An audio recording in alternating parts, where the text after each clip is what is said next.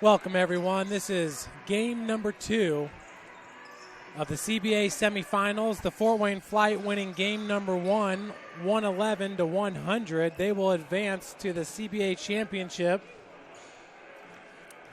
set to take place tomorrow here in Danville, Illinois, with a 3 p.m. tip-off. The Fort Wayne Flite will face the winner of today's second game, the Indianapolis Blaze, the number 1 seed, taking on the number 4 seed, the Mississippi Eagles. Indianapolis leads the series 2-0.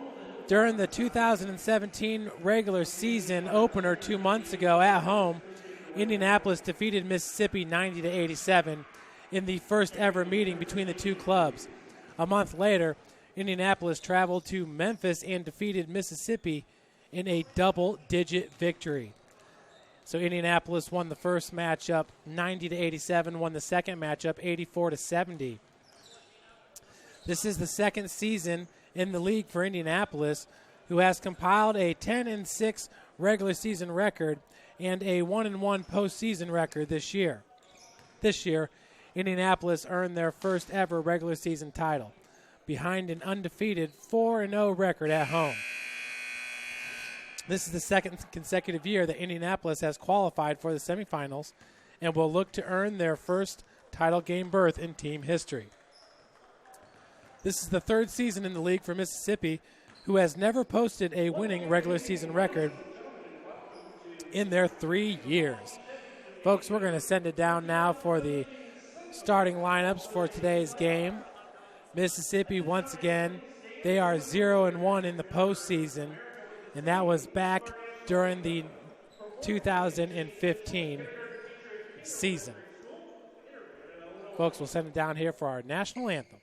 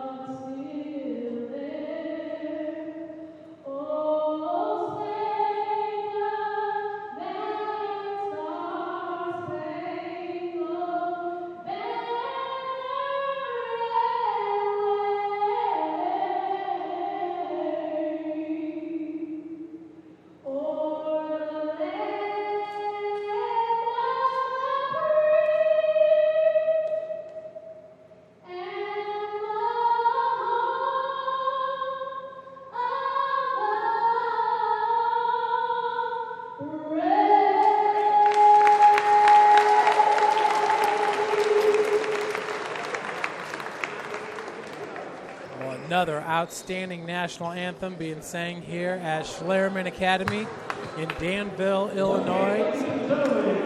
Now we will have our starting lineups.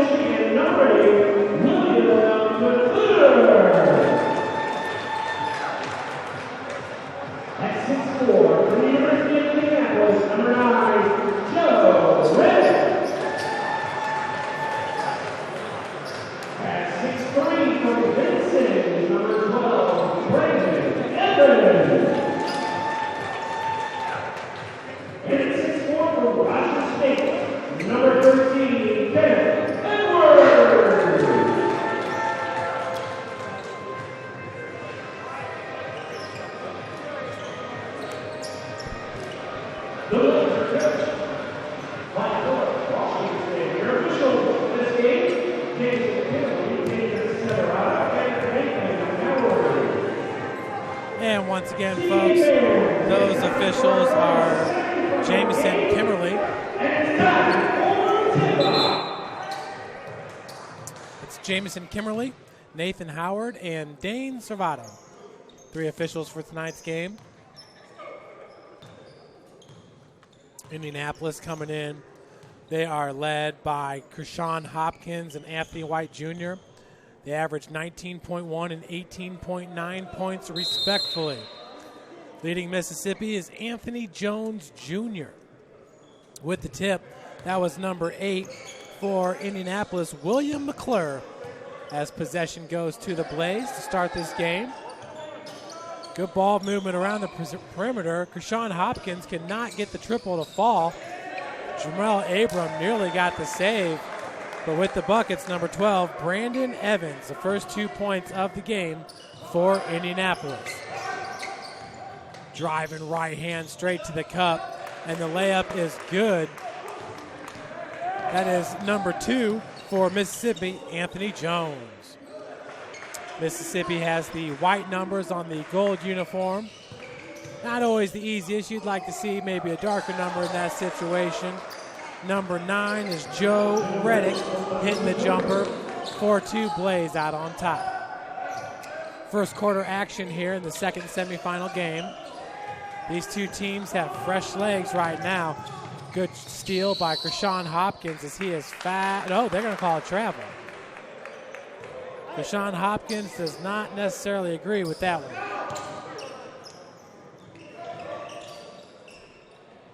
Long three-pointer off the mark for Jamel Abram. Hopkins, nice find over to number 9, Joe Reddick. That was J-Rob. Kick out, driving out of the corner is Abram. Big collision. He's left all alone there on the wing. Krishan Hopkins, he was baiting that throw, came out with the steal. Pass intended for LaJarvis Webster. Hopkins out to Reddick. Nice Euro step. Finishes with the right hand. Reddick now has 4 points in this game. His team's up 6-2. McCallum over the timeline. A good crossover to get that separation with Kenneth Edwards. Excuse me, that was Anthony Jones, number 2. Hopkins on the other end. Once again, drawing contact in the lane, but they keep calling traveling.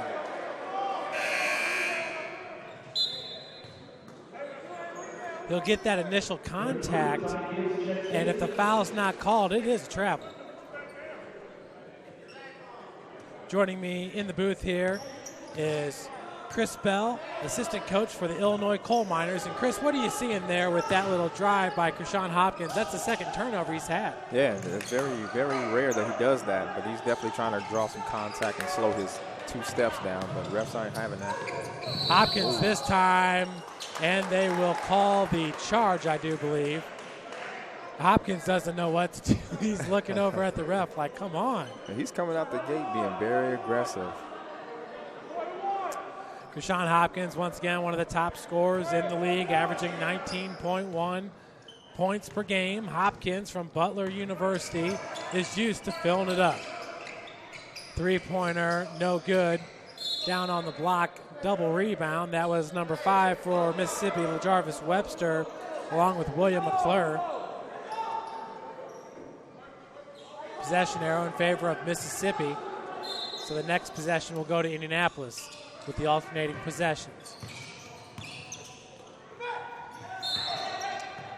That was Kendrick Coleman. Kendrick Coleman, been with Mississippi from their first seasons. Same too with Mariko Stinson, who's not getting the start here. Not sure if Mariko has made the trip here to Danville.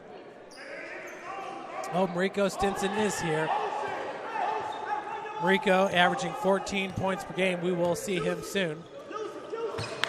Hopkins to Reddick. Excuse me, William McClure. It's Reddick out of the corner. Hopkins back to Reddick. Looking for that seam. Jumps in the lane. Jumper's no good. Rebounded by J-Rob McCallum. Kendrick Coleman now. As Coleman had it knocked away in the lane, picking up the loose ball with the air ball attempt, Webster. Going the other way with it is Brandon Evans. And we got a pushing foul going to be called on Mississippi.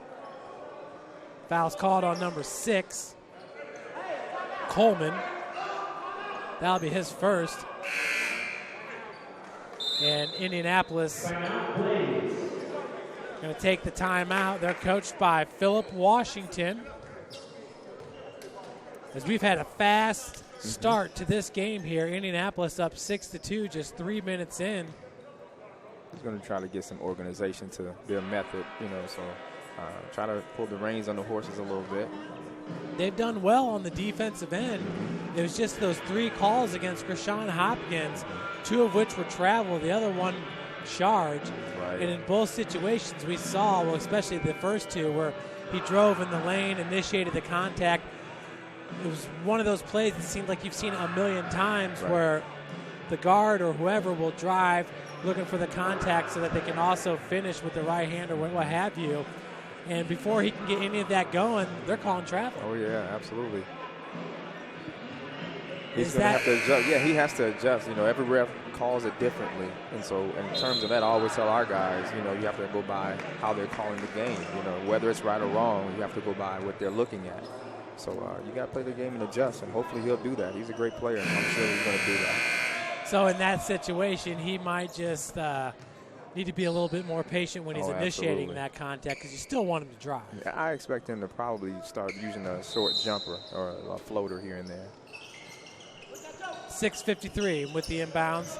Hopkins gets it out to number 9, Reddick. Joe Reddick, who's from the University of Indianapolis, the Greyhounds, as that's knocked away from McClure. And in transition, McClure with the block from behind on J. Rob McCallum. A big old block. It'll be Anthony Jones now with the inbounds. Over to Coleman, and that's Kendrick Coleman right there. He is a sneaky player for you, and he will fill up the stat sheet. Evans, he was walled off right away by number 13, Frederick Mason, for the Eagles. Hopkins was looking the other way, decided to cut straight towards the cup. He's fouled, and he'll get 2 free throws. I'll tell you what, he has one of the most purest forms I've seen in this league as well. Around the league, he's known as Baby Steph. He kind of favors Steph Curry a little bit, and he's definitely got the stroke. First free throw is up and in. Hopkins entering today's game a 75% free throw shooter while shooting 54% from the field and 35% from beyond the arc. So not too shabby there for Krishan Hopkins, who hits them both. His team now up 8-4. Abram had the pick set there by LaJarvis Webster. Jones coughs it up as it's taken away by McCallum.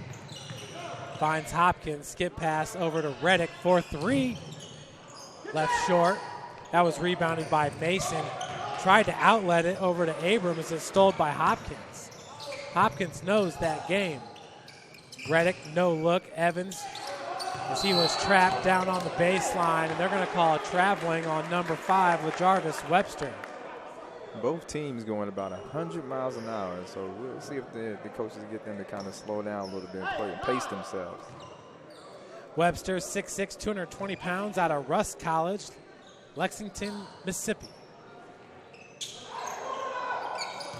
Reddick gets around Abram. Mason had the contact, but Reddick was able to finish. 10-4 score, 5:30 left to play. Jones. We talked about Jones earlier, who had the triple-double. I believe that was against Bowling Green in their last game of the season. As an offensive foul is going to go on number 2, Anthony Jones, with the clear out. Fort Wayne Flite winning game number 1, 111-100.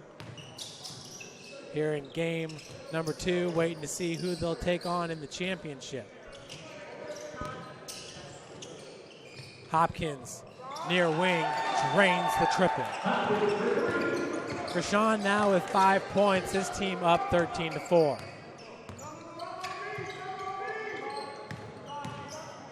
Webster finds Mason, his shot's blocked by Evans, picking up the loose ball was Abram. That's air ball attempt, rebounded by number 12, Brandon Evans. Skip pass goes up to Reddick. Evans had his shot blocked, but he is fouled.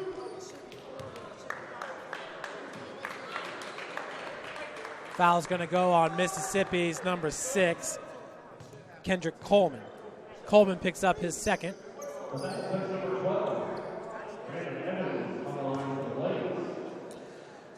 Mississippi, not sure if they picked any players up from the Memphis squad that did not take part in this season. Memphis last year, the Rail Runners. They were the Soul Kings the year before. 14-4 after the miss there by Evans.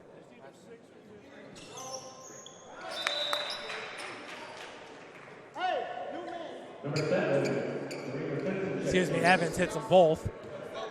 He now has 4 points in this game. 15-4 is your score. Into the game for Indianapolis is number 13, Kenneth Edwards.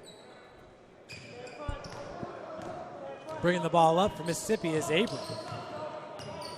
He's got Coleman in the corner and Webster on the block. Webster's out now towards the corner. He was looking for Coleman. Nearly turned the ball over as Evans knocked it out of bounds. You know, I don't know if it's the proximity, but Indianapolis looks like they've got a pretty deep bench. We know the Flite had a very deep bench in that first game. Mississippi, they've got about 4 players on the bench. That can be a herder as the game goes on. Absolutely. Jamel Abrams misses on the three-pointer. Hopkins with the rebound. Hopkins averages 7.9 rebounds per game for the 6'2", 180-pound guard.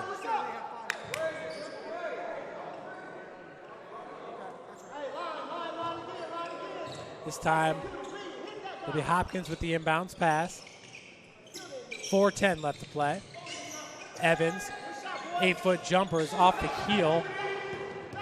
Pulling down the board is number 7 for Mississippi, Rico Stinson.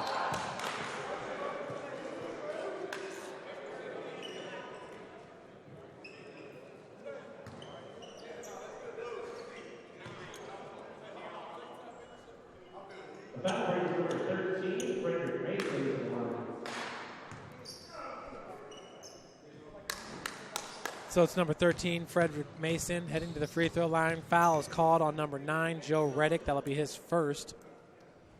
First free throw for Mason is up and in.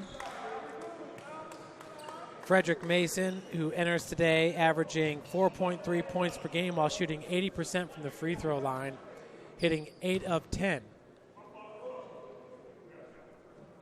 Mason played in all 8 regular season games for Mississippi. Second free throw to pull his team to within 8 is no good. So it's a 9-point advantage for Indianapolis. Hopkins picked up by Kendrick Coleman. Reddick guarded by Abram.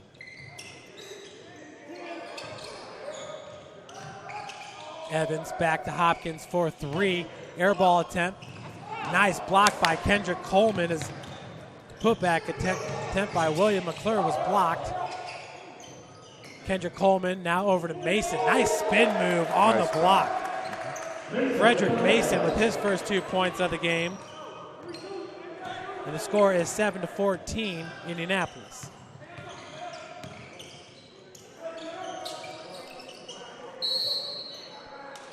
And Hopkins, once again, we talked about that short distance there with the NBA three-point line. So number 11, Tyler Bibbs, going to check into the game for Indianapolis, along with number 7, Jeremy Gibson. Gibson averages 8.1 points per game. Bibbs averages 7.1. Jones, strong take to the cup as he finishes off glass. Jones now with 4 points, pulls his team to within 5. Hopkins, nice Euro step in the lane, but he cannot finish. 2:52 left to go as the foul is going to be called on number 8, William McClure. That'll be his first.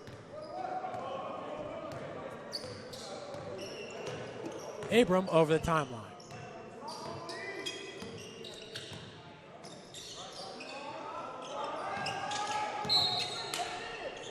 Rico Stinson in that first season, he combined with the CBA MVP, Mardrakus Wade. They formed one of the best backcourts in the CBA that season. That was the first season for Mississippi. Unfortunately, Mardrakus Wade did not make the trip to Fort Wayne for the first round of the playoffs, and they lost that first game. Wow. That was a good season for Mississippi.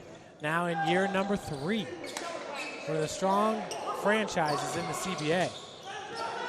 Gibson Three-point attempt, no good. Tracked down by Anthony Jones in the corner. Kick out. Nice quick pass to, I believe that was Mason out of the corner. That was number 7, Rico Stinson. Turnover, ball to Indianapolis.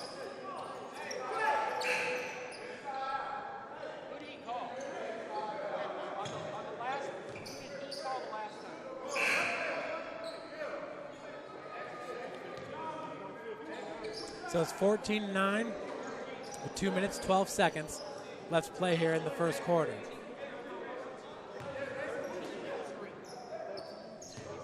Is it hard getting used to all the FIBA rules? Absolutely.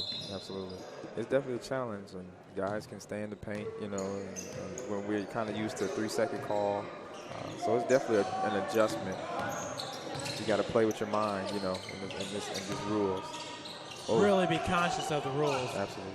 As Reddick gets it to McClure, fights through the contact for 2. For McClure, his first 2 points of the game. Jones, elbow jumper, off the heel.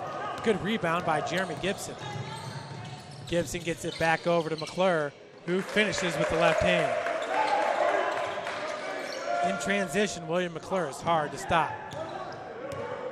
He goes 6'8", 240 pounds from Central Michigan University. Indianapolis always brings it with their high school basketball, known as one of the best areas in the whole country to recruit. Fouls called on number 10. For Indianapolis, that's Isaiah Jackson.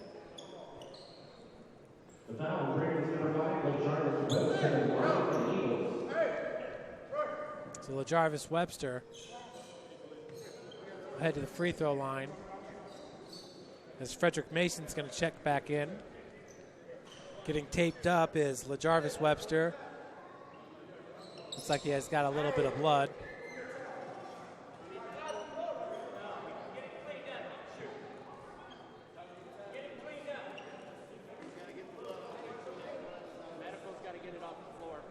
So yeah, once again, we got a little bit of blood on the floor, so we're going to get that cleaned up here by the great staff put together here at Schlerman Academy.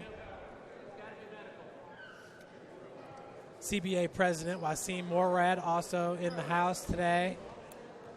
Just about everybody a part of the CBAs here at Schlerman Academy for these playoffs.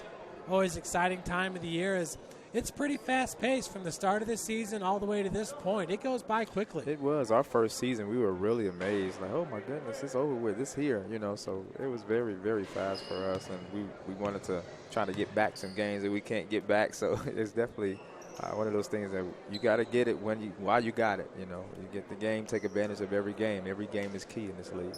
So your experience with being in the PDL and now in the CBA, big differences between the two leagues? Yeah. The NBA rules and the PBL, and we were able to play about 20 games in that particular season, and that was a bit of a stretch. Once you get around the 11th game, it's like, okay, you know, you're downhill, but at the same time, you're almost like, okay, let's get this over with. So I think that's one of the great things about this league is that you got to get every game. It's an urgency for every single game. So I think that's an important factor for us.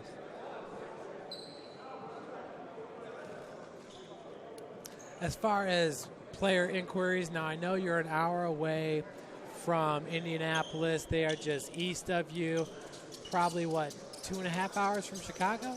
Yeah, we're about 2.5 hours from Chicago, and some guys came down for tryouts, and we've gotten quite a few guys from different areas, and we wanted to really get some guys homegrown, but we don't have that stock yet. You know, we have one guy, Aaron Worthington, and actually two with Daniel Carter. Those were guys that were homegrown, and everybody else came from different places, Champaign, a few from Indianapolis, but we had about 2 or 3 guys from Nevada, so that was a pretty interesting catch as well. Tyron Criswell, who was, led the league for a while in scoring. He came to us from Nevada, and he stayed, and we had a host family, so he did very well. And how was that connection made?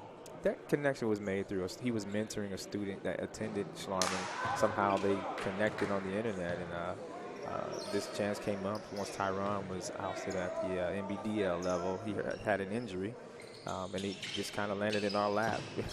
That's outstanding. Well, both free throws were missed by Webster, but Indianapolis is going to turn the ball over right back to Mississippi.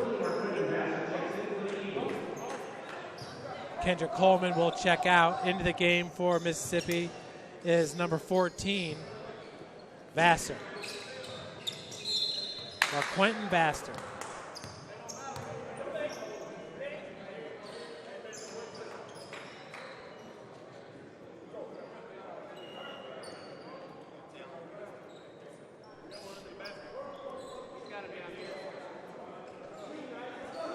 Set to check in for Indianapolis is the big man, number 15, Riley Johnson.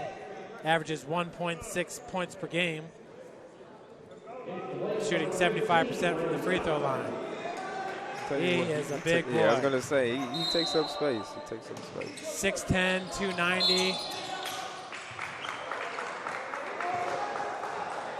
He's from Olivet Nazarene University. I bet Olivet Naz, that's probably right the halfway point from here to Chicago, huh? Yeah, we had a few high school kids that just went there, so I'm waiting on it when they get there. I know on the girls' side, they play that Grinnell system, so it's 5 in, 5 out about every 1.5 minutes. Right. Which can be tough for a broadcaster. Oh, yeah. And the opposing team as well. Their games are usually like 113, 120. Wow. 18-9, 107 left in the first quarter.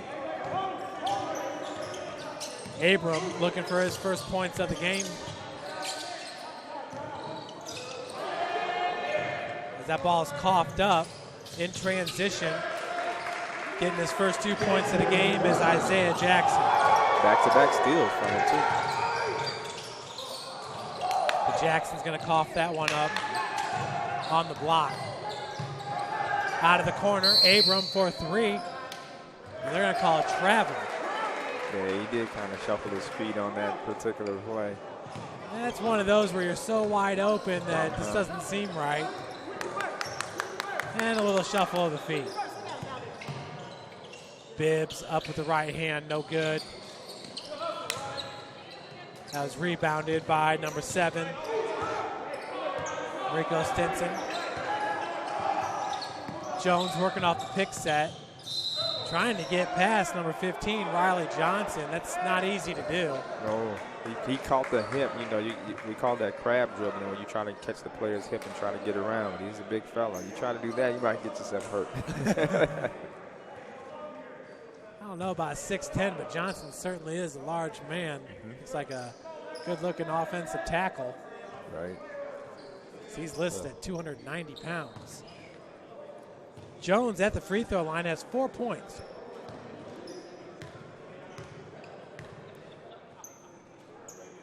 He's a 71% free throw shooter, hits the first.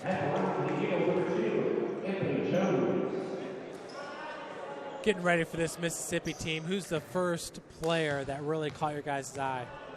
Number 7. He lit it up. Really felt like we, at that time, did not have the tape down, and some of the threes that they took were closer threes at that time. So he really did it up. And that was Mariko Stinson, and Stinson comes up with the steal. Off glass and finishes. Did he beat the buzzer? I think that counted. The refs say it will. Awesome. So after one, Indianapolis leads it 20-13. A lot of missed free throws out there for Mississippi. And really, I got to feel pretty good if I'm the Eagles, only down by 7 points here. It seemed like they were able to withstand the kind of Indianapolis came out hot. Oh yeah. And they were able to withstand that. And obviously the refs helped a little bit too, with Krishan Hopkins getting called for the 2 travels and the foul. But all in all, I think that's a pretty solid first quarter there for Coach Jeremy McKinney. Absolutely. I think he really are trying to push them over the hump to keep playing, keep moving forward. And so that was what we're hearing him yell at his guys to keep going and keep trying to push through it. So yeah, this is a good position. If I'm Coach McKinney, I'm telling him, hey, we're going to try to get this chip back in and play by play. If they don't take any threes, you know, they should be okay with it. You got to, at this point, it's critical to try to chip back into the league with less guys than Indy has. And he's going to, you know, try to go through some bodies here after a while. Which would be a smart move by the Blaze. Obviously, we saw the Flite go deep into their bench to keep those fresh legs. And what ends up happening, you have guys that have wide open shots. Oh, yes. And definitely, and with those guys, especially the key guys, it comes down to if you have those legs to be able to get that shot off that you were hitting, you know, in the early on in the game. So we'll see how it goes. And defensively, it can definitely wear you down. You got a fresh guy guarding you, you know, every 5 or 10 minutes. that's definitely tough.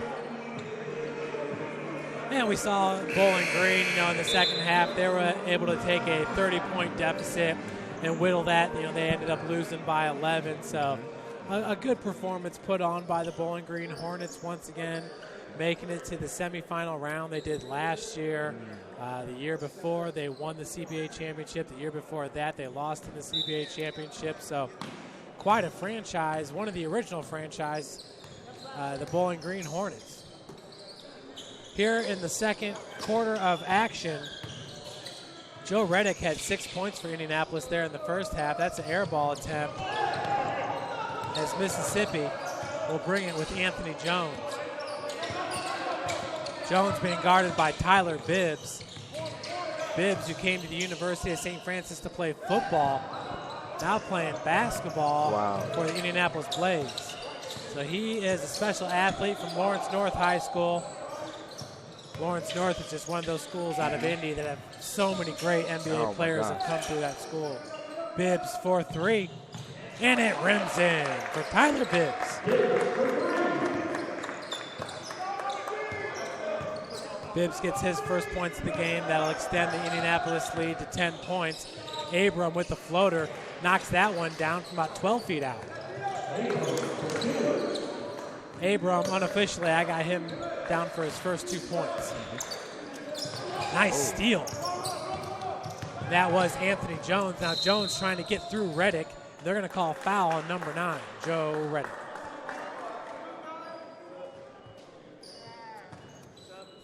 Reddick, a fan favorite for the Indianapolis Blaze. When he gets hot, the crowd usually starts getting going.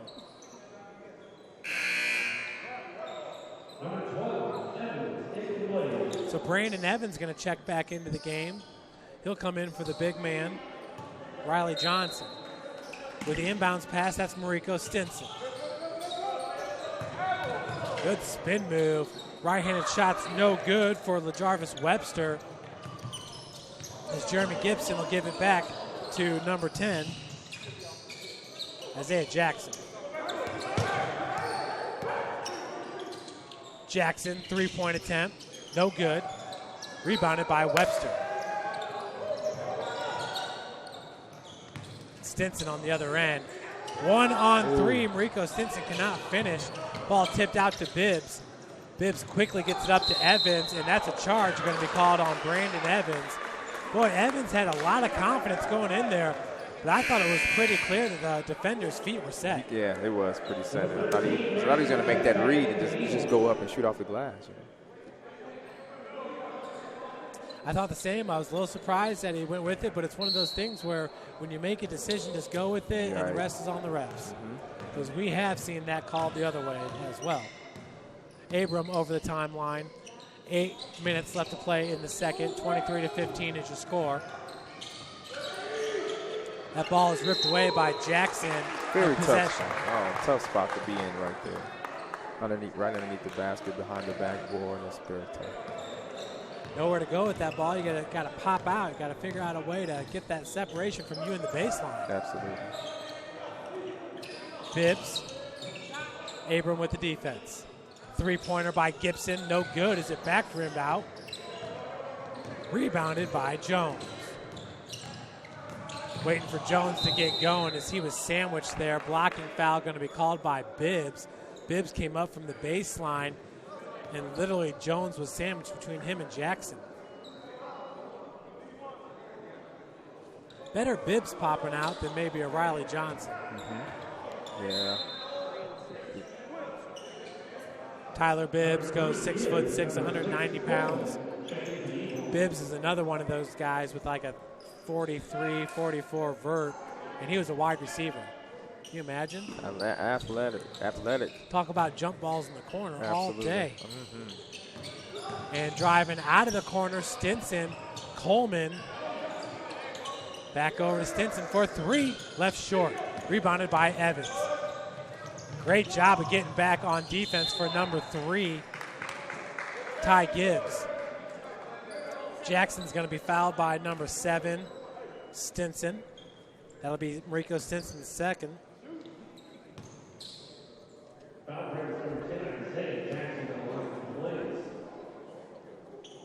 Jackson gets his first point.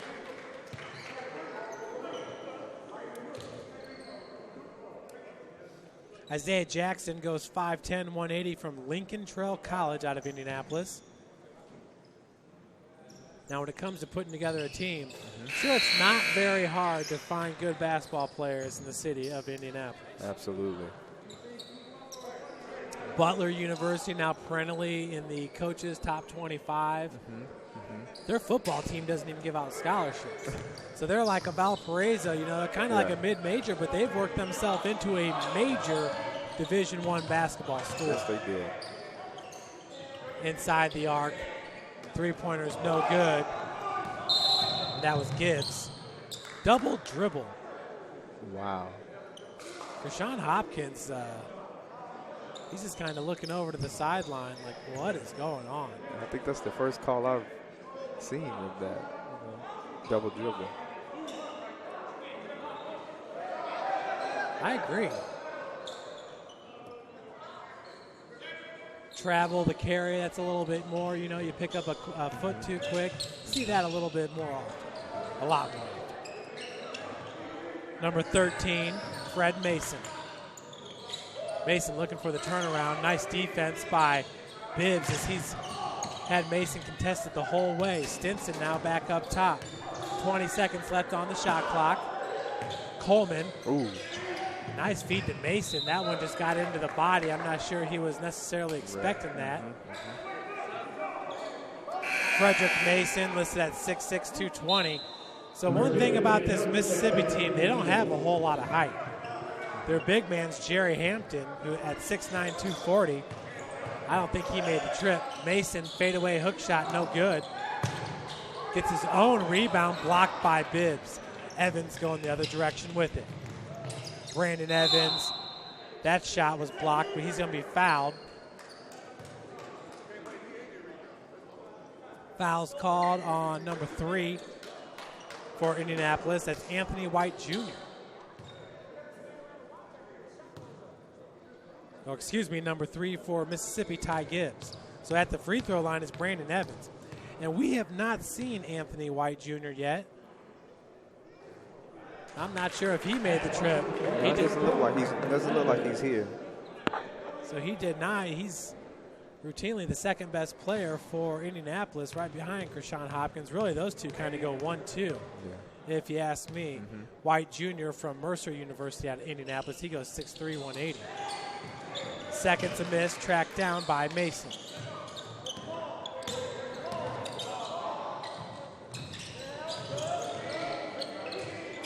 Now, if this guy gets going. Stinson finds Coleman. Coleman, you said every team's got a player like him, like a Wadner Joseph. That's Kendrick Coleman. He's a hustler. He'll get you a lot of points down there on the block with the putbacks and whatnot, but he goes 6'3", 200. Just plays a lot bigger than that. Yes, he does. He does. He's very physical, and that energy, he brings it. So with the inbounds pass for Indianapolis will be number 5, Tyler Smith-Johnson. As we've already seen over 10 players playing for the Blaze. That's smart. Lob pass intercepted by Evans, as there was some big-time miscommunication there. Gibbs looks up like, why weren't you there? Jones over the timeline. Working off that pick set finds Gibbs. Gibbs pulls up for the 8-footer and falls in. Gibbs with his first 2 points of the game, 28-17 to score with 5:42 left to play before halftime. Just inside the arc. Jumper's good for number 2, J-Rob McCallum. 13-point advantage for the Blaze. Fadeaway jumper falls for LaJarvis Webster.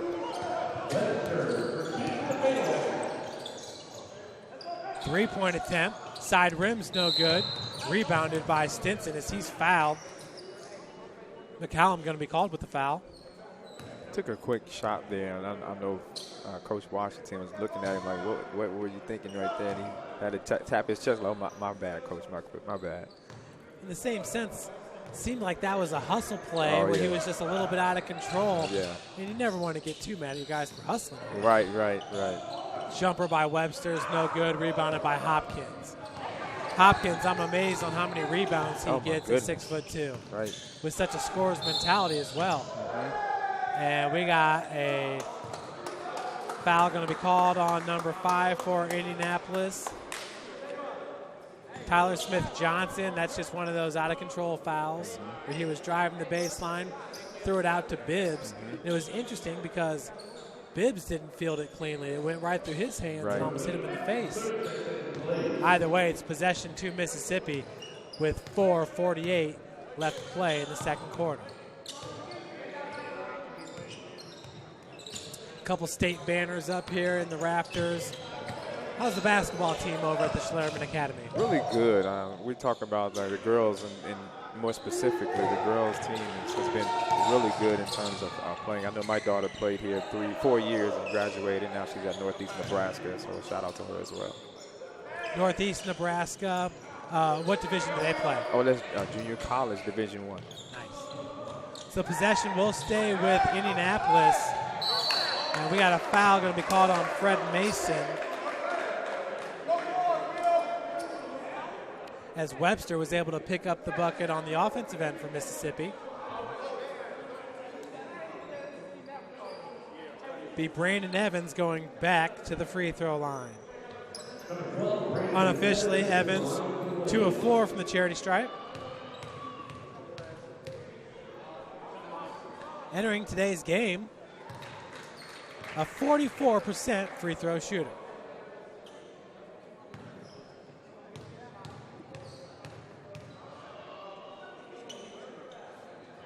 Second one's no good. So Evans now 3 of 6. Jones over the timeline. Still waiting for Anthony Jones to kind of get into his groove. He does have 6 points in this game. That's a turnover as Evans gets it up. Not able to finish is McCallum. But Evans picks up the loose ball and hits the bummer.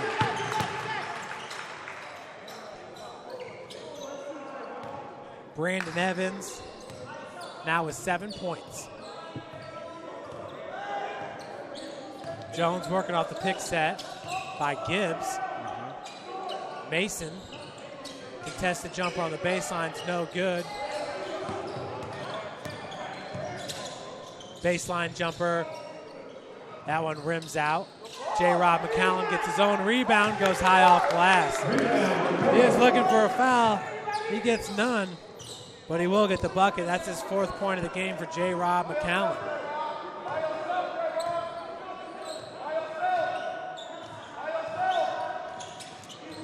Some communication between Jones and Rico Stinson. Then Jones went down to Jarvis Webster and forced the turnover, or caused the turnover.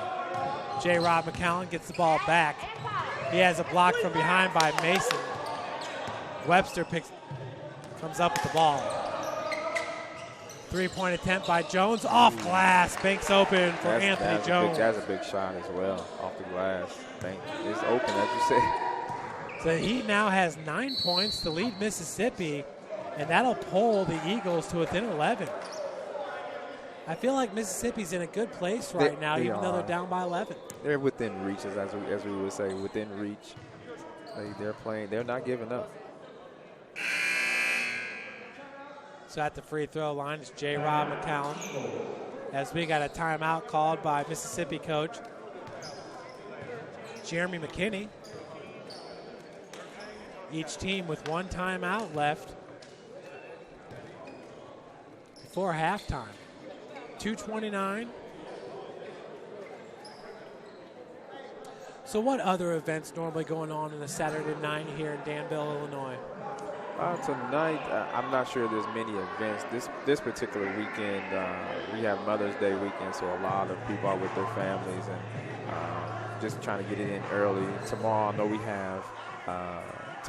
have all the mothers being able to get in for free, and they're being able to put in $1 to win a floral prize or something from one of the floral shops here. So we're really looking forward to having a big day tomorrow. We try to push the championship game as hard as we could to try to get the mothers in here, families in here, and try to help us celebrate just hosting this. You know, this is big for us having the CBA here, right here, or the playoffs here right in Danville, Illinois.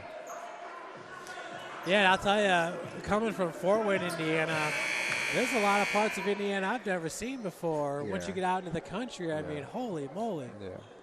Basically, from West Lafayette to here is nothing but farm. Right. Nothing but farm. Absolutely. But then you get into Danville, and you feel a sense of history here. I saw Dick Van Dyke on one of the banners in the city, an All-American football player. It's kind of neat. It's always neat to go to a new place and kind of see the history. Yeah. And here with this football field out behind us and this old basketball arena, you can tell there's been some neat moments around here. Yes, sir. So McCallum hits his first free throw for his 5th point of the game. If you could name maybe the most notable athlete to come out of Danville, Illinois, who would it be? Right off the top of my head would be Keon Clark. He played at Danville High School and went on to the NBA, as we know. I know he had some troubles there coming out late in his NBA career, but he's definitely one of the guys that I can think of most notable. 6'11", close to 7 foot tall. Did a lot for the community, you know, with the kids, and they loved him. They call him, nickname was Tree, you know, because he's walking around Danville. He's as big as some of the trees that are around here. So. Absolutely. Guy like that would definitely stick out. Now, where did he play his college ball? In Nevada. Nice. Yeah, he played at UNLV. He has a lot of history here. In fact, one of his agents early on was from Danville, Illinois, who's now, his name is Doug Barnett, who's representing Myers in the NASCAR. Well, that's always fun to go to new places, and every place has got a story. I mean, looking at Fort Wayne, Indiana, probably the most notable athlete is Rod Woodson, who's the all-time NFL team. Now a coach with the Oakland Raiders. Wow. But we're pretty excited about what's going to happen with the NBA draft. Caleb Swanigan, VJ Beecham, both from Fort Wayne. Of course, Swanigan, the double-double machine for Purdue. And I imagine there's a lot of Purdue fans given how close you guys are. Yes, there are a lot of Purdue. There's a lot of black and gold here. Brandon Evans back to the free throw line, where his first free throw is up and in. 38-24, Blaze on top with 1:53 left to play here before the break. It's been looking pretty much since the onset of this game that Indianapolis is going to win this one and going to make it to the championship game, which is something that a lot of people thought might happen.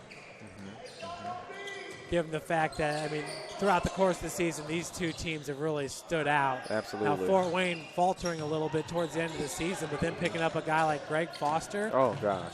That's like picking up a Mardrakus Wade type player. I mean, a real game changer for him. Granted, this game goes the way it's going to go. You know, it's going to be interesting to see Greg Foster and Hopkins play against each other. That's going to be a great matchup.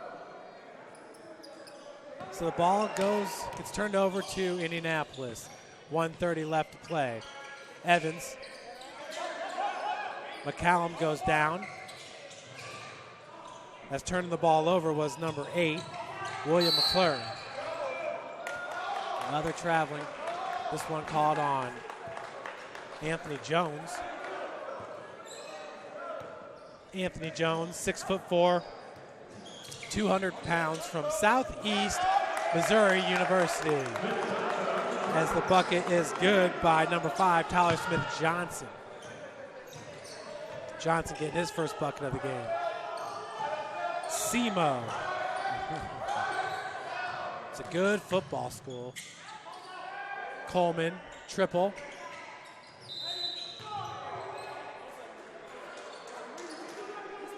Ball knocked out of bounds. We got a foul called on number 8. William McClure, he's not happy with the call at all. Number 13, Edwards checks in for Blaze.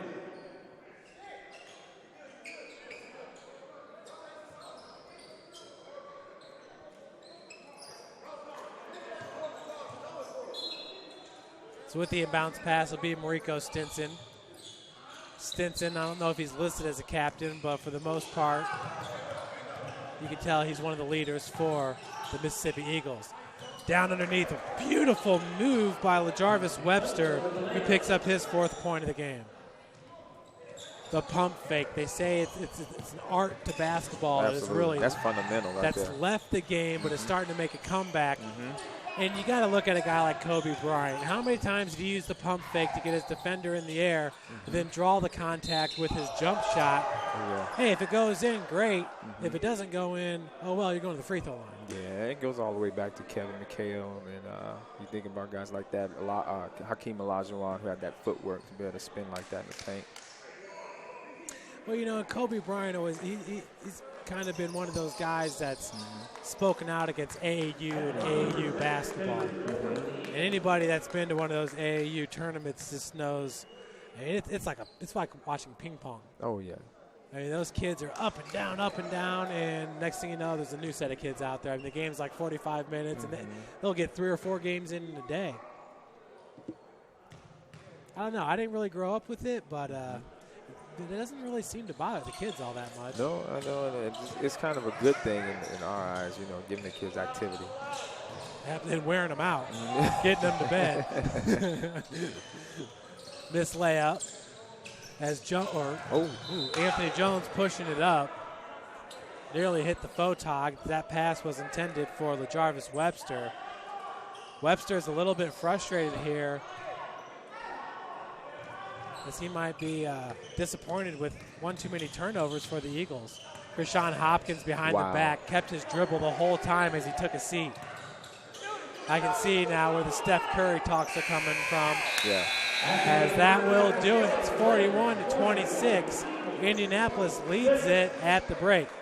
Folks, we'll take a break here, and we'll be back with you for a second half action here from the Schlerman Academy in Danville, Illinois. This is Central Basketball Association playoff basketball.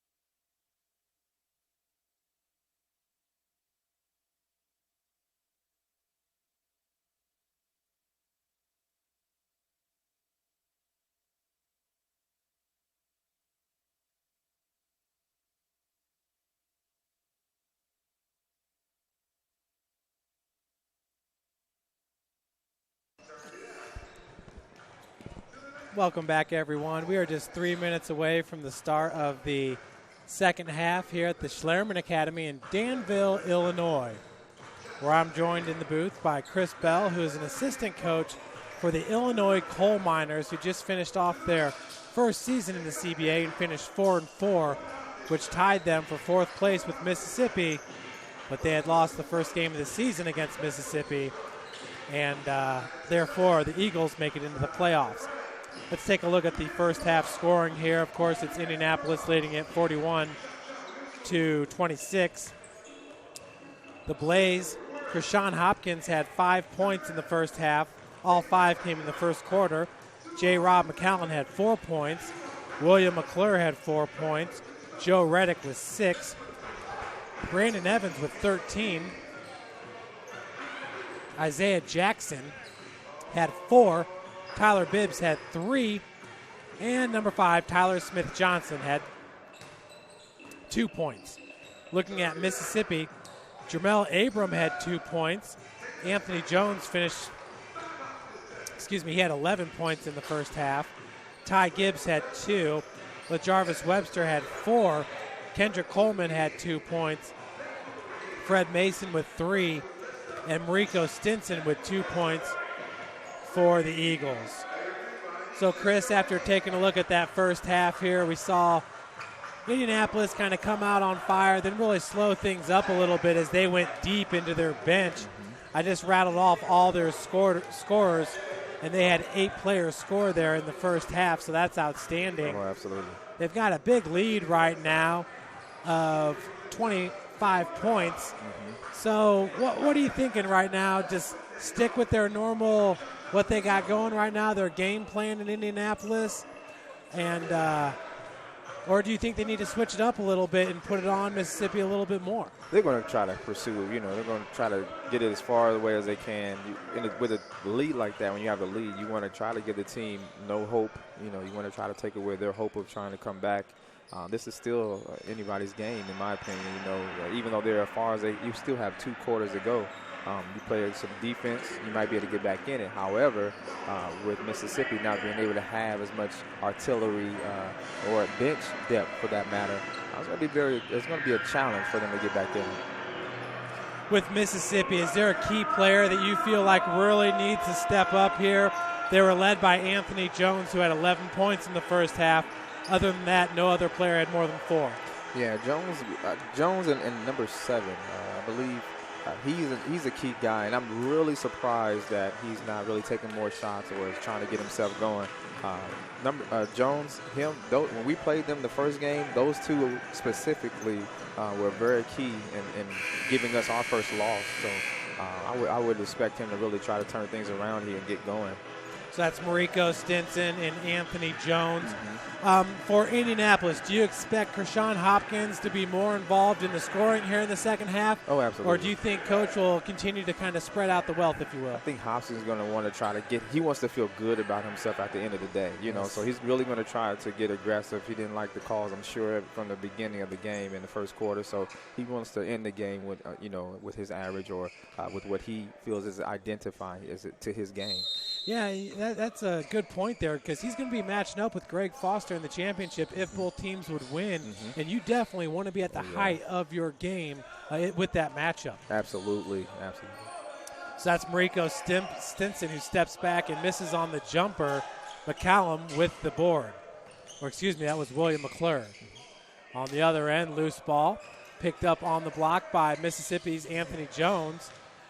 And not exactly the way that both coaches wanted the second half to start out here, as it's been some fireworks. Joe Reddick underneath. A nice little up and under move. Joe Reddick going strong to the hole. He has been a very good player for Indianapolis here in the second half of the season. That's his 8th point of the game. Ball makes its way to Mariko Stinson, who gets the start here in the second half. He did not start the game for the Eagles. And he turns it over. Coming up with it was number 13, Kenneth Edwards, with the finish. Kenneth Edwards throws it down. He had 0 points in the first half, gets 2 right here to start the third. Abram all the way out by the timeline. And Reddick has the defense. Good help defense there by Will McClure. As Stinson's going to take a seat, and that's going to be kicked out of bounds by Krishan Hopkins.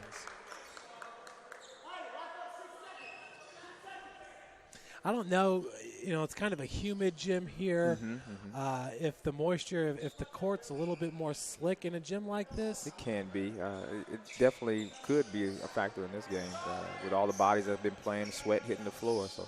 With the Fort Wayne Flite, and a nice move by Anthony Jones, who hits the jumper. He was looking for a foul there. Cannot believe he did not get it, but that's his 13th point of the game. The Fort Wayne Flite, they play at the McMillan Center, where that used to be an old ice hockey arena. Oh, wow. Nice shot there by Joe Reddick, who hits the triple. Reddick has 5 points in the second half here, 11 in the game. So there at McMillan, it's always nice and cool. You get into a gym like this, and for the players, once you get into it, a lot of players like to work out and like to stay active in that heat. It just kind of keeps their body going. Right. Kendrick. That's why you see some. I'm sorry, what was that, Chris? So that's why you see some players with sleeves, and they try to keep, when they go to the bench, they have those arm sleeves on, trying to keep their shooting on more.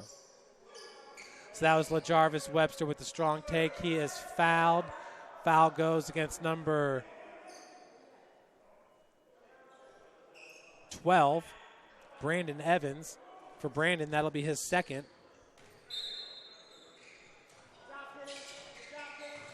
Inbounds pass, fadeaway jumper is no good for Webster. As Hopkins gets it quickly up the floor. Stinson was trailing. Now in the lane, Evans, wide open. Reddick, top of the key, three-pointer. Left rim's no good, but another offensive board by Krishan Hopkins. That's his third offensive rebound, as the floater is good for Joe Reddick. Reddick is not one of those names that really popped out last year for Indianapolis, but I just feel like he's one of their stronger players here in the second half of this season. Yeah, he's really made it a point to really get aggressive, and Hopkins is finding them. Actually, Hopkins has become more of a playmaker than a scorer, so he's really looking forward. LaJarvis Webster finishes for Mississippi on the other end. For Webster, he now has 6 points, and we got a foul. It's going to go against Mississippi. Number 1, Jermel Abram.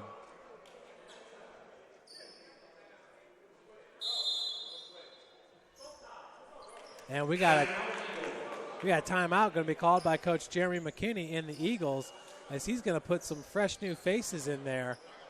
One of those being number 11, who we don't have number 11 on our roster. See if we can't get a name real quick.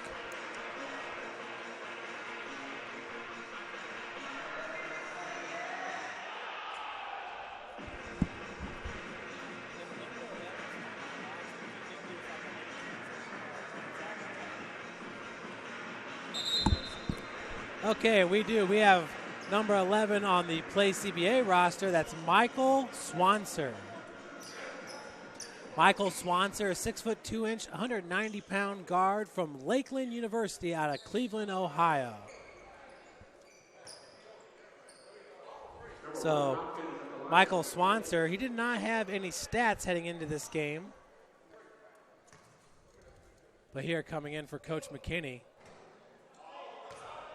he's only 18 years old. Oh. So he's a young pup. Okay. So So Hopkins will hit the second, his 6th point of the game, as Jones brings it up. Picking up Jones is Kenneth Edwards. Edwards has a great looking frame there, very muscular. As Jones is going to shoot it right over him. Rims out, no good, rebounded by Evans. Hopkins being guarded tightly there by Mariko Stinson. Pick set by Will McClure as the three-pointer is off, and it's an air ball attempt. Kenneth Edwards, 6'4", 210 from Rogers State University out of Indianapolis, as Reddick hits the long deuce. Reddick now with 15 points in this one. Jones. Walled off. Fadeaway jumper's no good. That was good defense by Kenneth Edwards, staying in front of the offensive player. And on the other end, it's good for Edwards. And Edwards, another strong body. He's out there really for defense, but he has some incredible hops if you let him get a head start. Good looking floater by Anthony Jones for his 15th point down on the block. Looked like Will McClure wanted to go up for the two-hand slam, but he is fouled. Foul's called on number 13 for Mississippi, Frederick Mason.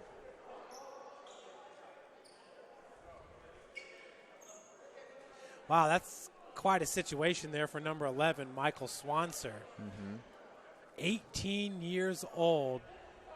So I imagine he played at Lakeland University this year and is playing for the Mississippi Eagles just to get some more experience before he heads back to college, because this is not professional basketball here. These players do not get paid. Right. So you can play for a school and then go out, or play at school, play for a CBA team, then go back to your school. Absolutely. It's just one of those things where he's maybe out there to learn. It's like throwing a fish out there to sharks, So hopefully he'll be able to withstand the blows out there. This is a very, very physical game. And it's very fast-paced. Yeah. And the strength and speed of these players are outstanding.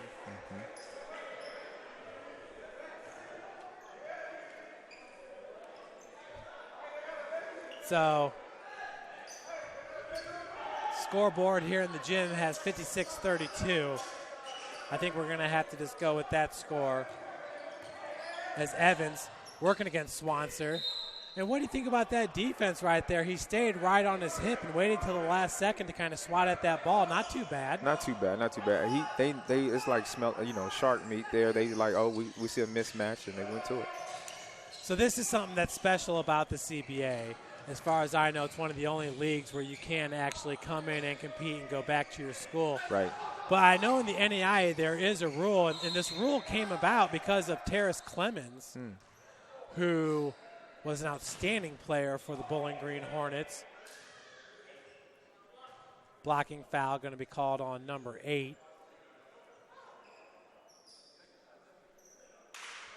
That's Will McClure. So Anthony Jones heads to the free throw line. But Terrace Clemens had played for the Bowling Green Hornets and then went off to play for Cumberland's out of Tennessee, an NAIA school, and got in one game, and then they said, no, wait, you were already on a roster. Oh, wow. So Anthony Jones cannot convert the three-point play. And after that, it came to be known that, hey, listen, you can come play for the CBA after your NAIA season, but then the next season you have to go back to your NAIA school. What you can't do is play in the CBA and then not go to the NAIA school, then play in the CBA, then go back to the NAIA school. Gotcha. So that's not allowed. And I imagine that's to deter people from playing the CBA, getting a contract, and then coming back to the school. I'm not 100% sure. Yeah, that could be. But I know that the CBA feels like this could be a real good fit for them if they can get some of the college players to, hey, if you're going to be battling against Krishan Hopkins, you're probably going to get better. Yes, absolutely. Good rebound for number 4 for Indianapolis. New player onto the floor is Devin Schaefer, 6 foot, 180-pound guard from Ball State University. That's Hopkins. He just looks to the sideline with a big smile like, you guys enjoy that?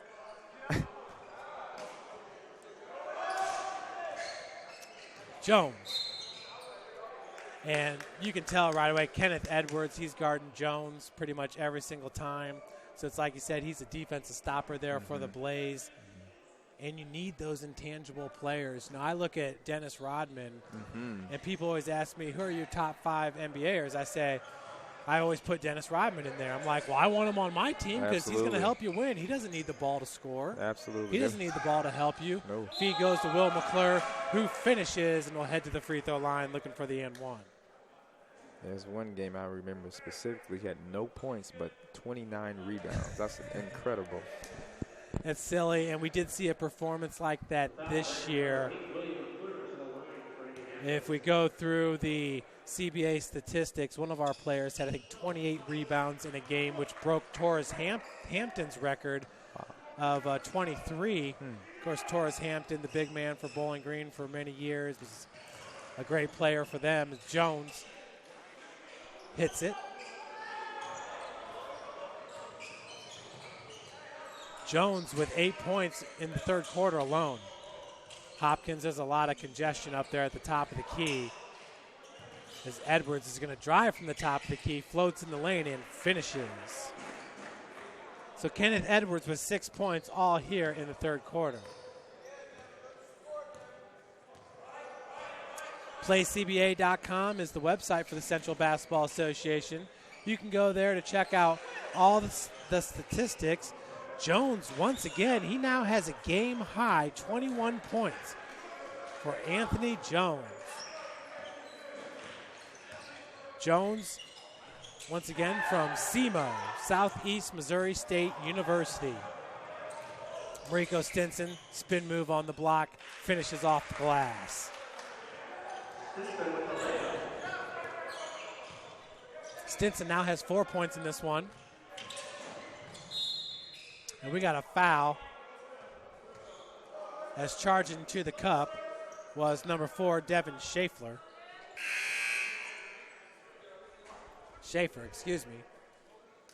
Edwards is going to check out. Into the game is Jeremy Gibson and Tyler Bibbs. McClure also going to check out. The youngster, number 11 for Mississippi, checks out. Michael Swanser as the inbounds pass goes into Evans. Loose ball picked up by Stinson. Stinson, left-hand dribble drive, uses his back to shield the defenders and finishes over the shoulder. That was a beautiful-looking play. Stinson now has 6 points. 61-42 is your score with 2:45 left here in the third. Hopkins splits defenders, no look, and finishes with the right hand. Hopkins did a lot of things unorthodox in that little sequence, but he scores. James Harden style right there, just a Euro step. Jones looking for Kendrick Coleman. That was knocked out of bounds by the Blaze. Checking in for Indianapolis will be number 2, J. Rob McCallum. McCallum checks in for Schaefer.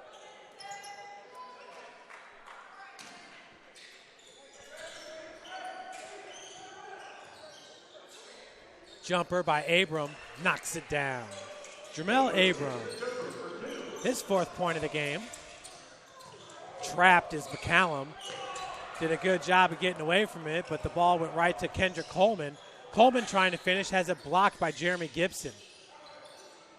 You have Gibson on one side and Tyler Bibbs on the other side. It's not easy to score between those two defenders. As it goes up to McCallum, who finishes. Nice look by Jeremy Gibson. 4th point for McCallum in this game. 65-44 is your score. A 21-point advantage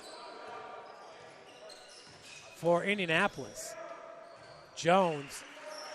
That's a weird-looking shot right there. He just kind of stops in his tracks. You think it's a fadeaway, but he's kind of going straight up but leaning backwards. Either way, 23 points for Jones. It's a game high. I said earlier I was waiting for him to pick it up. Well, he has and done that big time. He did have 6 points in the first quarter. I don't know how much more you could ask for. Right, yeah, he's doing his part. It was just a quiet 6 points. Yeah, he's doing his part. He just got to get some help, and unfortunately, it's almost that window's closing. Oh, I did not see the call here, but Krishan Hopkins at the free throw line to shoot 2 as we're in the bonus. Hopkins, he is now 4 of 5 from the charity stripe, 5 of 6. And he has 10 points. Double digits now for Krishan Hopkins. Coleman went straight into the defender. Missed. McCallum gives it up for Gibson. Left-hand floater is good. A lot of athleticism on the floor here for Indianapolis as Gibson picks up his first 2 points of the game. 69-46 your score, 109 left in the third quarter. Abram, shots off the mark, kept alive by Coleman. Coleman with another board. And possession going to Indianapolis as that was last knocked out by Coleman, they say. I'm a little shocked that they went away from Jones. He's, I think, 6 points he just scored in a row for them or something like that.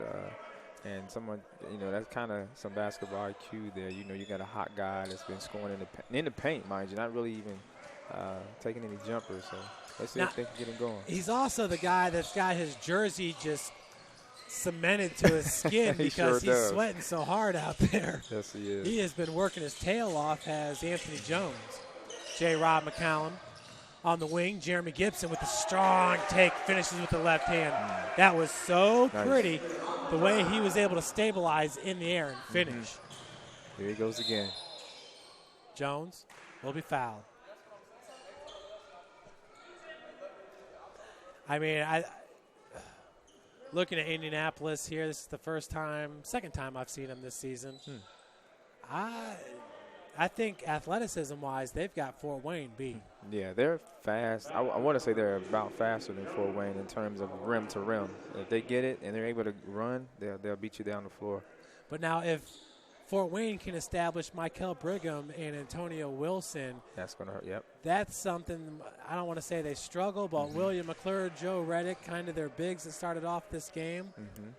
It was one of the things that Coach Page and I talked about. I just mentioned to him that, whoever we went split, we won one and lost one to Indy. And the second time we were able to dominate the pace of the game. And that's what it is. We were big, so we wanted to just try to control the tempo because they want to run. Does Indianapolis. As Gibson keeps it alive there.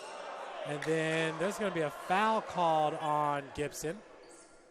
That's kind of what I was thinking, as Coleman was going after it. I mean, I say it all the time. One of my most favorite players covering was David Sobolewski in high school, who played for Bennett Academy up in Lisle, Illinois. Wow. And more specifically, when they played Chicago Simeon in the Final 8, and Sobolewski was a sophomore, and Simeon had Jabari Parker. Okay. So it was a really neat matchup as Kendrick Coleman's able to get that first one to go. But every time I watched Bennett play, they controlled the tempo of the game, and it was because of their point guard and what he was able to do. How hard is it to really capture that in a game? It's very hard. With our point guards, Kashif and Tyron, they were able to really catch on to it about the third game in. And we were able to get some wins from that. Yeah, and once again, it has to help when you have two established guards like you guys did in Tyron Criswell and Kashif Watson. As Coleman, that's 4 points in a row for Kendrick. He now has 6. That's a turnover by number 10, Jackson. Rico Stinson pulls up. He was fighting the clock there, so after 3, Indianapolis up 71-52. Well, I can say this. I know Fort Wayne's feeling very good about their victory. Yeah, they are. They came off a high, so they're going to be looking to try to take care of business in the paint. If I'm Coach Winsford, what's his name, from Coach Fort Wayne. Rod Wilmot. He is going to most likely, his game plan is going to be trying to work it from the inside out, I'm pretty sure. The ball's going to touch in the paint, kick it back out, try to make them, sink in.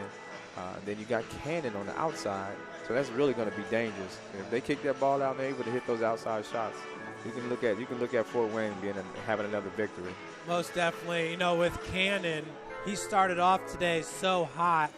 One of the hottest performances I've ever seen from him, hitting his first 4 3-pointers in the first quarter to really grab a hold of that game for the Flite.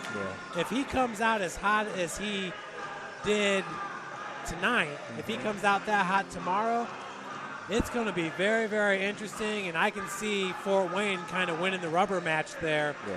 As the Flite won the first game of the season, Indianapolis took the second game. Each team won on their home court.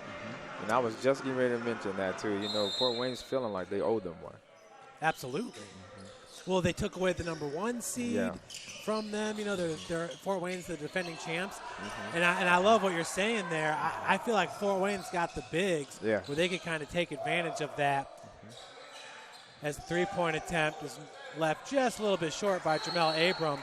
And I'll tell you what, when Indianapolis came to Fort Wayne, you did not see Riley Johnson on the floor that much for Indianapolis.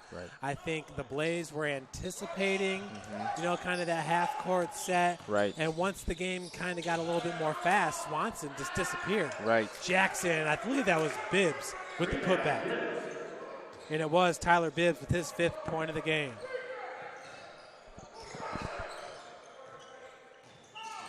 Jones, 8 foot, no good. Rebounded by Bibbs. Bibbs, a little bit lazy on the pass, but it's knocked out of bounds by Anthony Jones.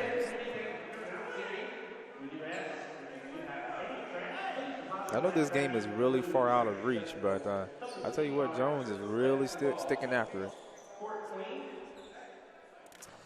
Yeah, that's Anthony Jones, who entering today averages 18.5 points per game, which leads Mississippi. Their second leading scorer is Jerry Hampton, who's not here. So obviously that's going to be a hurdle for you as J. Rob McCallum hits the triple.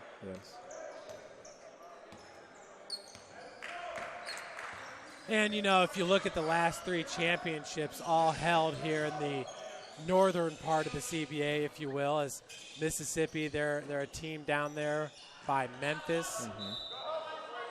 How far of a drive was that for you guys? To when we went to play Tennessee? When you guys played Mississippi. Oh, Mississippi. We actually did not go to Mississippi.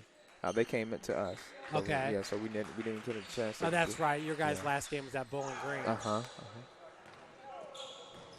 Bounce pass. Nearly stolen. Nice hustle play there by Jamel Abram. But, yeah, Bowling Green, they play close to Nashville? Yes. It was probably about, I don't know, when we stayed in Franklin or something like Franklin, Kentucky. So we weren't far. Our hotel wasn't far from both places. So J. Rob McCallum misses on the jumper. And we got a foul going to be called on number 5, Tyler Smith-Johnson. That's a veteran move right there. And as he just winked at Coach Washington. Heck yeah. But that's what I'm talking about right there. I mean, as a scorer, it's not always going to fall for you from the field, so you need to get to the free throw line. I mean, an elite scorer should probably have anywhere from 8 to 12 points from the free throw line. Oh, yes. While shooting over 70%. I agree. As the first one is up and in for Jones. But nothing's more frustrating for me as a broadcaster when you have a player who's putting up 25 to 30 shots a game while shooting 30% from the field. That's tough for the whole team. You know, that's a nightmare. But when you go back and you look at it, you know, you got a guy like Allen Iverson. He was able to guide Philadelphia to, I think it was 3 straight NBA championships. The second one's no good. Rebounded by J-Rob. McCallum up with the right hand, no good. Because there was a tip out to Webster. And I'll tell you what, the block just really shrinks with this Indianapolis team because they get back on defense so fast. You can tell that's a point of emphasis for Indy. They run back hard. Jones. This guy, he's right-handed floater. Talented. Yeah. I don't know if he's first team All-CBA, but he's definitely All-CBA. Tyron Criswell might be first team All-CBA. I mean, I think he's one of those guys that could be up there for league MVP running as well. As Kendrick Coleman blocks it from Baltimore. Torrey Fawcett's the other guy from Baltimore. His game. Nice. Yeah, I felt like Baltimore and Illinois came in and instant credibility. I mean, Yeah, they're not two rookie franchises that struggle, not at all. Right. Now, Baltimore is a little bit tougher for them. Their first 4 games were on the road. Yes, it was. And, obviously they're out on the East Coast, so 76-55 with 7:49 left here in the fourth quarter. Abram. 3-point, well, that was just inside the arc, so that's a long 2-pointer for Jamel. That's his 6th point of the game.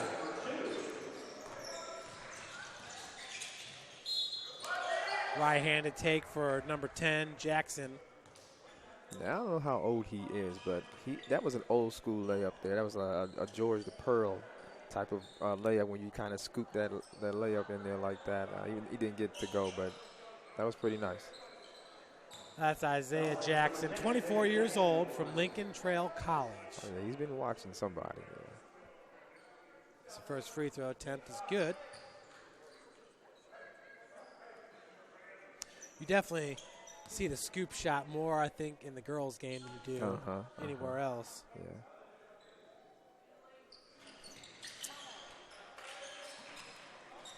We were fortunate enough at the University of St. Francis. We went 38-0 and won the national championship in 2014. Wow. And we had probably the fastest player in NAIA, really in all divisions of basketball, as that shot's left short. Putback is good for Webster.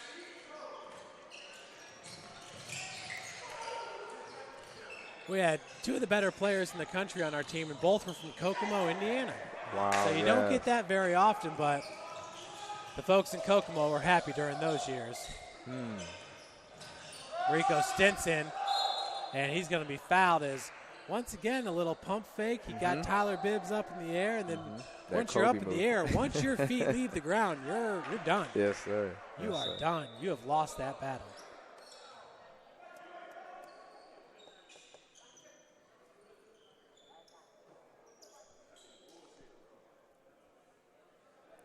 Looking at Hopkins coming back into the game with 6:50 to go. I'm a little surprised, being that they would probably be ready for tomorrow's matchup.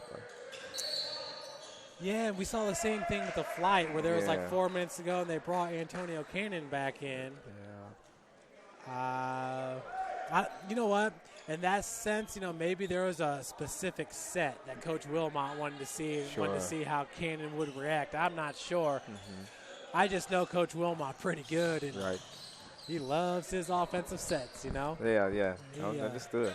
I mean, Coach Wilmot, he really studies that stuff. He likes to keep game film and keep everything categorized, and he's fun to work with, that's for sure. Awesome. Jackson, putback's no good, but you got to give it up to number 10, Isaiah Jackson, getting the offensive rebounds down there on the block, playing large.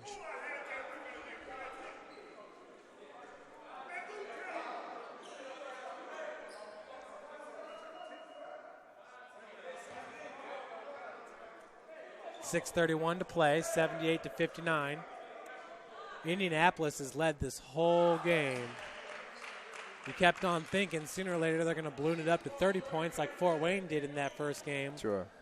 But Mississippi, and you got to tip your hat to Anthony Jones. Just phenomenal work by Anthony Jones today.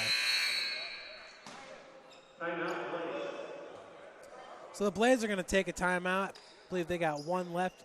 Now that'll be their first timeout. 2 timeouts left for each team here in the fourth quarter. During the regular season, how were the crowds here at the Academy? I was pretty impressed with our hometown. They came out strong throughout our entire regular season and play.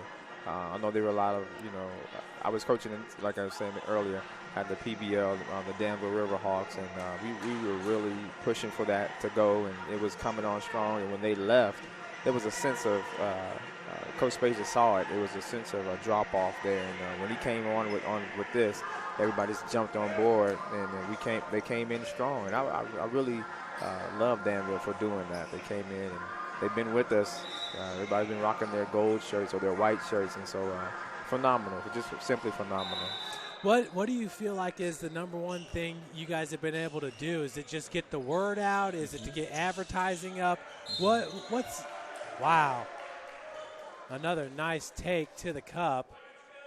That time it was Mariko Stinson, and the foul is going to be called on Isaiah Jackson as Stinson looks for the three-point play. For Mariko, that's his 8th point of the game.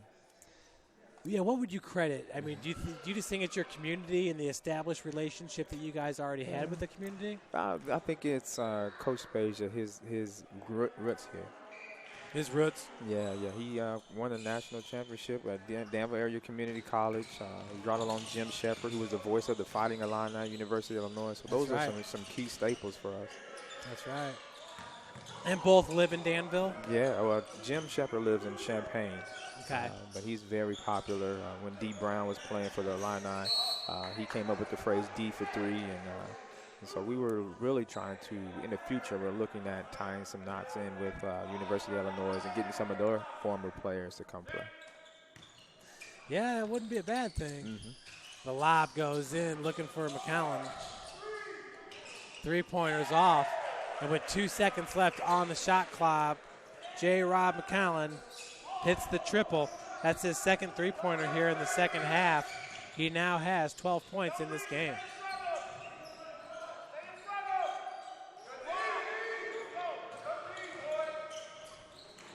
Pushes it up to Evans.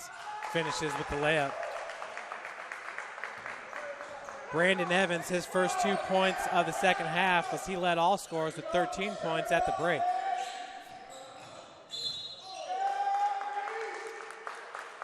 And stepping on the sideline there, that is Jamel Abram. Obviously, he's not too happy with himself for that turnover. Mm-hmm.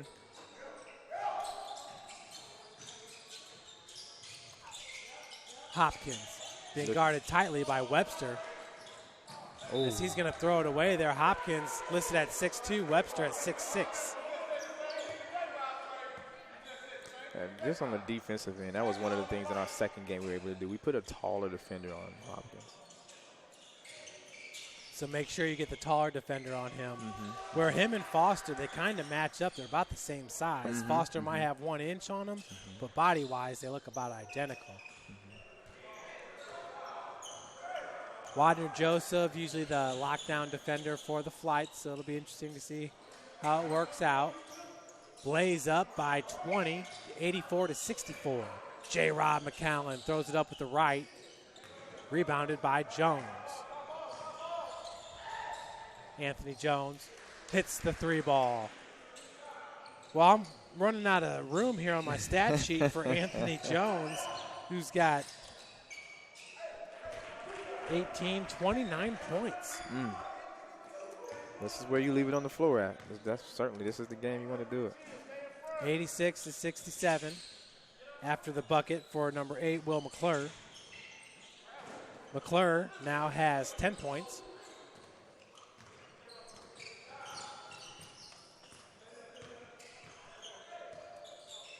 (86-69) inside 4 minutes to play.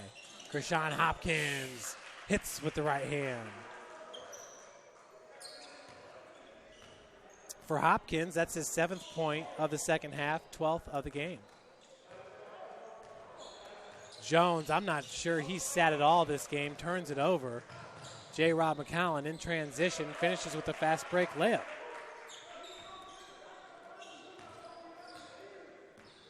McCallum now up to 14 points scored in this game. A lot of people scoring a lot of points. And still, we'll see if Indianapolis can hit that number of 111 that Flite did in game number 1. I don't think Mississippi's going to get to 100. Right.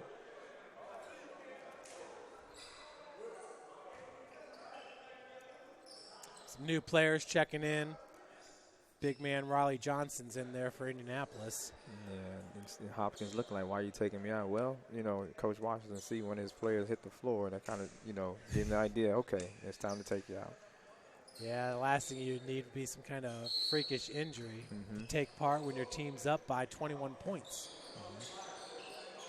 Jones, on the other hand, him and the Mississippi Eagles, they got to leave it all out on the floor. Back into the game for Mississippi is the 18-year-old, number 11, Michael Swanser. We have not seen him shoot. He's played some pretty solid defense. See if he can stay in front of J. Rob McCallum, who hits the jumper. As an 18-year-old, I'm pretty sure he's not seen this type of talent before, right? Or at least played against or with this type of talent. As Johnson crowds the rebound. That's a big body to set a pick.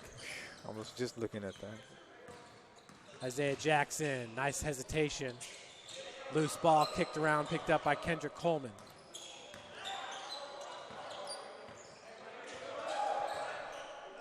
No look pass to Coleman, who finishes with Riley Johnson in his face.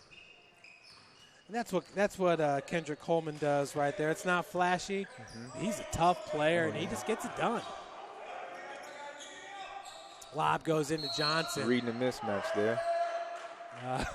They read it. Yeah, as the 18-year-old Swanser at 6'2" is guarding Johnson. Holy moly.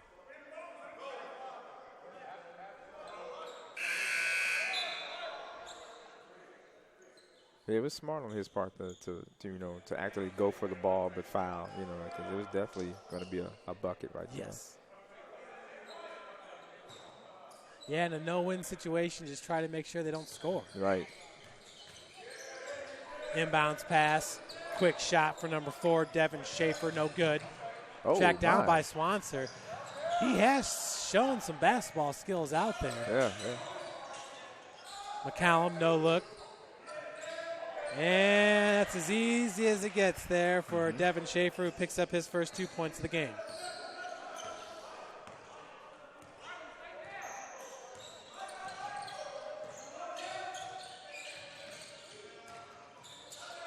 Jones kicks out.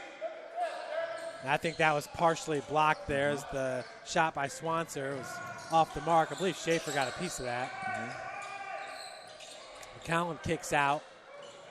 Three-pointer's no good by, that was Tyler Smith-Johnson.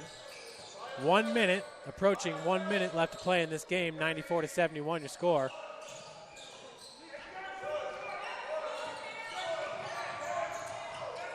Schaefer, walled off by Mariko Stinson. They got a trap going with McCallum, who finds Bibbs. No look to Riley Johnson, who hits the reverse layup. Nicely done. And the crowd goes nuts for Riley Johnson. Every team has their crowd favorites. It's usually the guy that doesn't score as much as the other guys do, but good for Riley getting 2 points here. 35 seconds left to play. Kendrick Coleman. Folks, our championship is all set here. Nice block by Kendrick Coleman.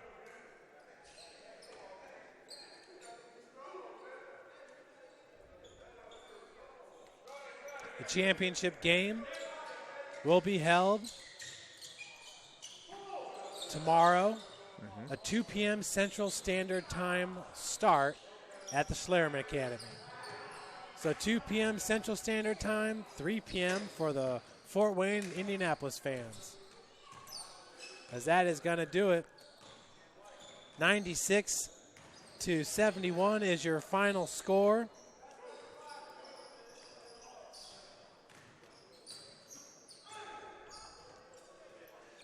So Anthony Jones for Mississippi is going to finish with a game-high 29 points. Wow. Brandon Evans with 15 points for Indianapolis. Krishan Hopkins finishes with 12. J. Rob McCallum had a big day. Finishes with 16 points. 10 points for Will McClure.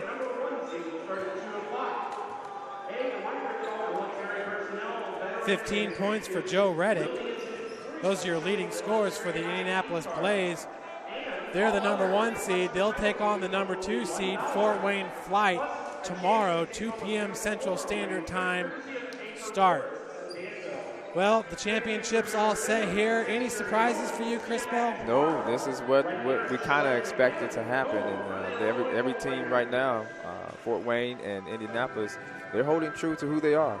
So tomorrow is going to be very epic. I think 2017's CBA playoffs. I'm looking forward to it. I really can't say who's going to be the favorite in this one. Both teams have an edge to come in on, and let's see what happens. Yeah, I think, looking at this championship matchup, Indianapolis obviously knocked them out of the number 1 seed in the final regular season game in Indianapolis. They won that 110-94. Wow. Fort Wayne beat Indianapolis at Fort Wayne 101-98. But I think the addition of Greg Foster is going to light a little bit of a fire for Fort Wayne Flite. And I'm really curious, too, to see how this game plays out. Obviously, I don't see a 20-point differential or a win by 11 points like we saw with the Flite. Right. I think it's going to be much closer, similar to what we saw in the 2015 CBA championship when the Bowling Green Hornets beat the Fort Wayne Flite on a last-second buzzer-beating shot, 97-95. Yeah. That's a way to win it right there at the buzzer. That is. This is going to be very impressive. I think, Greg, I really want to say that Fort Wayne is going to take it, later on in the quarter. They're going to, really do what they do. Greg Foster, his hats off to him. I just think he has some experience that I think is going to bring with his playmaking ability, being a little bit more better than out of Indy. Well, it'll be interesting to see if Coach Wilmot does go to the inside-out game like you were referring to. We feel like Antonio Wilson, Michael Brigham, give them a little bit of an edge, even though the Flite playing without Ray Austin this time around as well. So, well, folks, I appreciate everybody tuning in for today's broadcast. Once again, the championship is all set for tomorrow, 2 p.m. Central Standard Time. The number 1 seed, Indianapolis Blaze, taking on the number 2 seed, Fort Wayne Flite. My name is Jeff Mahoney, and joining me in the booth was Chris Bell, the assistant coach for the Illinois Coal Miners. Until tomorrow, have a wonderful night.